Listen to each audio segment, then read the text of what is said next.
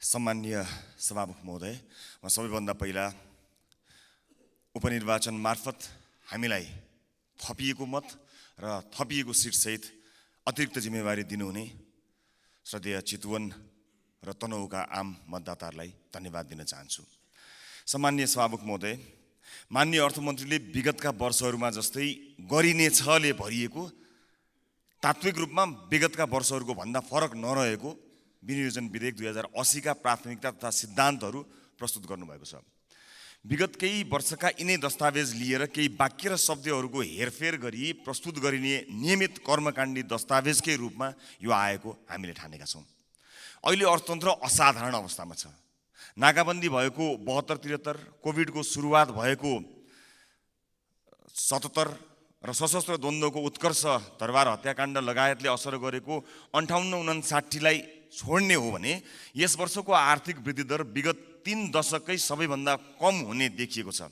त्यसमाथि सरकारको प्रक्षेपण गर्ने क्षमता यति कमजोर देखियो कि 8% आर्थिक वृद्धि दर हुन्छ भनिएकोमा 2% पनि नहुने देखियो। देशको अर्थतन्त्र कता गइरहेको छ यसको आकलन गर्ने, प्रक्षेपण गर्ने हाम्रो क्षमता समेत कमजोर देखिएको छ। यस आर्थिक वर्षको 8 महिनामा गत वर्षभन्दा कम राजस्व सङ्कलन भएको छ। विगत 5 दशकमै राजस्व सङ्कलन पहिलो पटक गत वर्षको भन्दा कम हुने जोखिम देखिएको छ। आर्थिक वर्ष सकिन 2 महिना बाँकी हुँदा सरकारले राखेको लक्ष्यको 51% मात्र राजस्व सङ्कलन भएको देखिन्छ। यस्तो असाधारण अवस्थामा पुगेको अर्थतन्त्रलाई ट्र्याकमा ल्याउन र आम सर्वसाधारणलाई राहत दिन सधैँको जस्तो कर्मकाण्डी योजनाले के होला?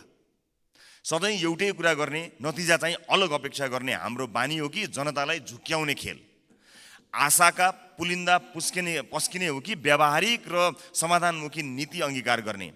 असफल नीति र प्रक्रियालाई निरन्तरता दिने कि नयाँ र सृजनात्मक प्रक्रिया अवलम्बन गर्ने?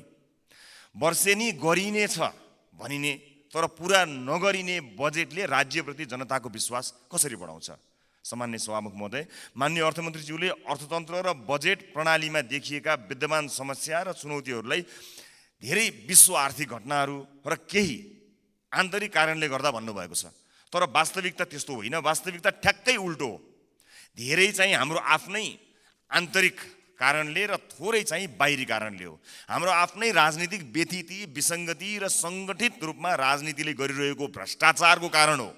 योजनाहरू समयमा पुरा नहुनु र पुरा भएका योजनाहरूले पनि आशातीत प्रतिफल नदिनु, वित्तीय क्षेत्रको स्रोत अनुत्पादक क्षेत्रमा बढ्नु, गैरकानुनी व्यापार, तस्करी, कर छली बढ्नु सरकारी संयन्त्रको असक्षमता र बेइमानीको कारण हो। बाह्य कारण देखाएर हामी उम्कन मिल्दैन।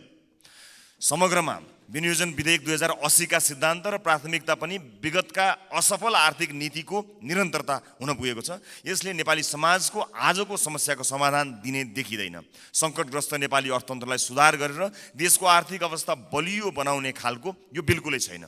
सभामुख महोदय, अब म यस विनियोजन विधेयक 2080 का प्राथमिकता तथा सिद्धान्तहरूका सन्दर्भमा केही सुझावहरू राख्ने अनुमति चाहन्छु। असाधारण समय छ, स्रोतको सीमितता छ। यसपालि असाधारण रूपमा साधारण खर्च कटौती गरौँ।